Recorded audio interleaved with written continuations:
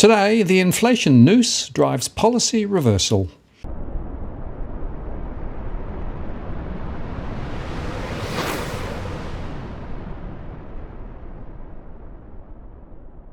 Hello again, it's Martin North from Digital Finance Analytics. Welcome to this post covering finance and property news with a distinctively Australian flavour. Well, let's face it, the rampant rise in oil prices is a big headache for politicians around the world, as the lift in prices is driving inflation. Just remember, of course, that oil was already on the up before Ukraine kicked off. It's being used as a bit of an excuse at the moment. And if you're going to make an unpopular policy change, then better do it late on a Friday before a holiday weekend, the good old putting out the trash. Certainly the price of oil is a problem, and it seems that any sell-off in oil is only proving to be a buyback opportunity amid one highly volatile energy market, perhaps the most volatile ever. Crude prices jumped nearly 3% late last week and nearly 9% on the week, as the market was hijacked once again by a supply scare on news that the European Union may phase in a ban on Russian oil imports. Gains in oil were limited earlier in the day as Chinese refiners appeared to be set to cut crude throughout this month by around 6%. The reduction would be a scale last seen in the early days of the COVID-19 pandemic 2 years ago, according to industry sources. But news of the proposed EU ban on Russian oil promoted buyers to swoop in on more lots of crude futures and convinced some shorts to cover their positions as well ahead of the Good Friday holiday, which meant a longer weekend for US markets. Heading into the long weekend, oil was vulnerable to some profit taking, but a major pullback is still unwarranted given the supply situation and as economic slowdown concerns are still far from happening, said Ed Moyer, analyst at online trading platform Onya. Now, according to the New York Times, the European Union was moving towards adopting a phased-in ban of Russian oil to give Germany and other countries time to arrange alternative supplies. A phased-in ban would force European buyers to seek alternative sources, some of which in the near term is being met by strategic petroleum reserve releases. But in the future, more supplies coming out of the ground will be required, Andrew Lipau of Lipau Oil Associates in Houston said. Russia's energy ministry said that it was limiting access to its statistics on oil and gas production and exports, but as we discussed yesterday, Russian production is falling significantly as major global trading houses plan to curtail crude and fuel purchases from Russia's state-controlled oil companies in May.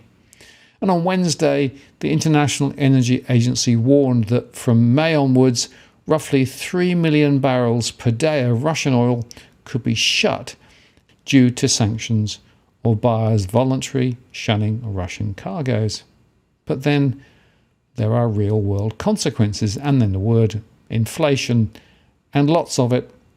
And inflation is seen as a significant liability for Democrats heading into the US November midterm elections. In fact, the president's popularity has slipped, with his public approval standing near all-time lows of 41%, according to a recent Reuters Ipsos opinion poll. Last Thursday, President Joe Biden had to defend his handling of the US economy amid a 40-year high spike in inflation that he blamed, in part, on Russia's invasion of Ukraine.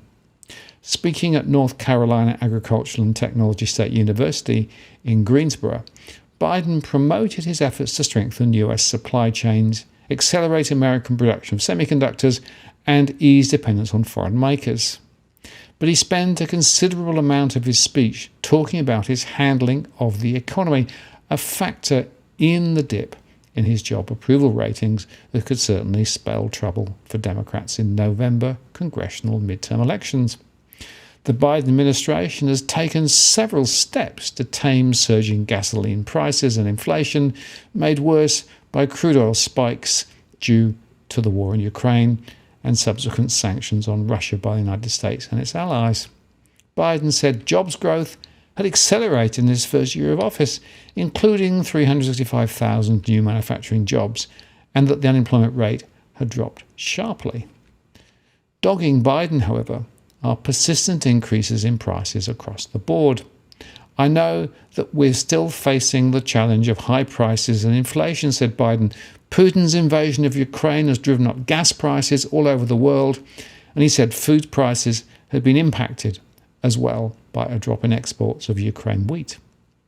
Biden called on Congress to give final approval to the Bipartisan Innovation Act to boost spending for emerging technologies and American manufacturing and to compete with China. But one backflip is noteworthy, the one relating to plans for oil and gas development on federal lands. During a campaign event in Hudson, New Hampshire, back in February 2020, Biden told the audience, and by the way, no more drilling on federal lands, period. Speaking later, he reconfirmed this stance. Today is Climate Day at the White House, and which means that today is Jobs Day at the White House. The federal government owns and maintains an enormous fleet of vehicles, as you all know.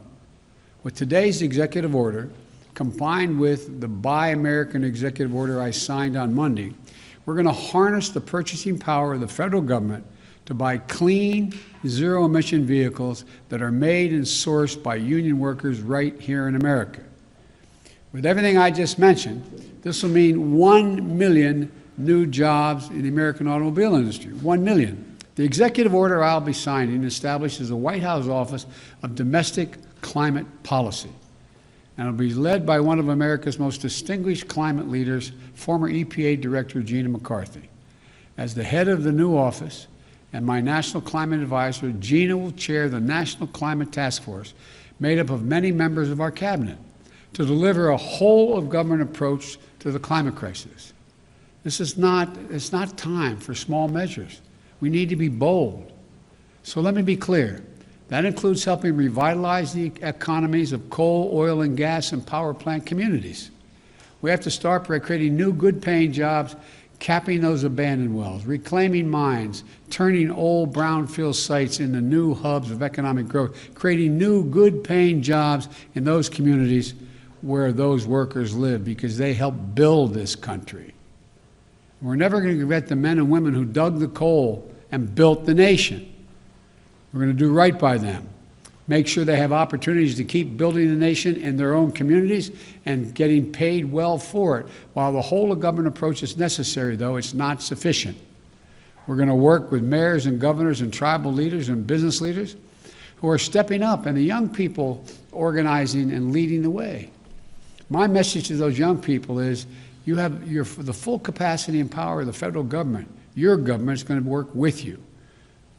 Now, today's executive order also directs the Secretary of the Interior to stop issuing new oil and gas leases on public lands and in offshore waters wherever possible.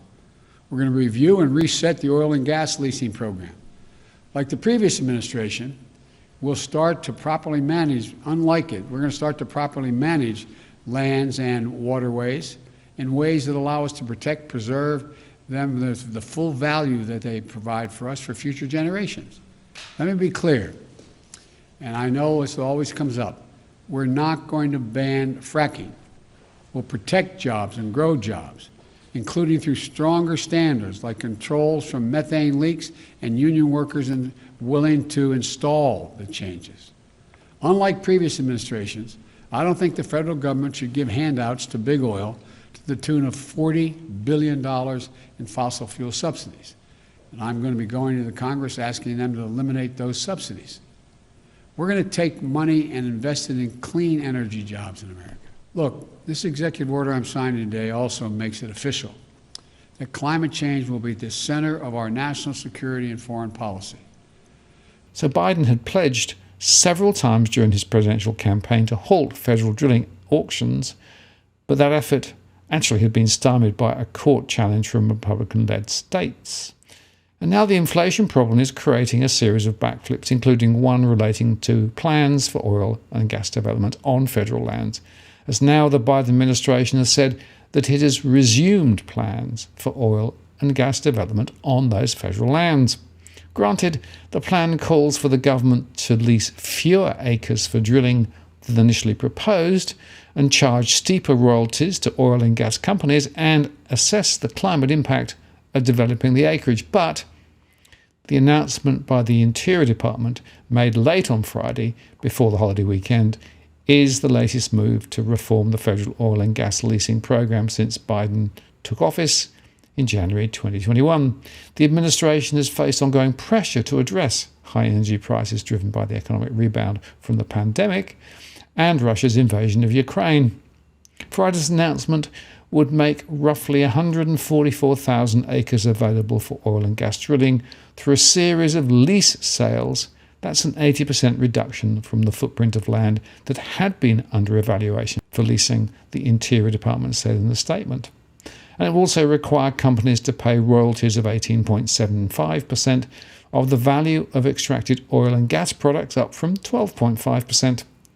How we manage our public lands and waters says everything about what we value as a nation, said Interior Secretary Deb Haaland, who added that the move would begin to reset how and what we consider to be the highest and best use of America's resources for the benefit of all current and future generations.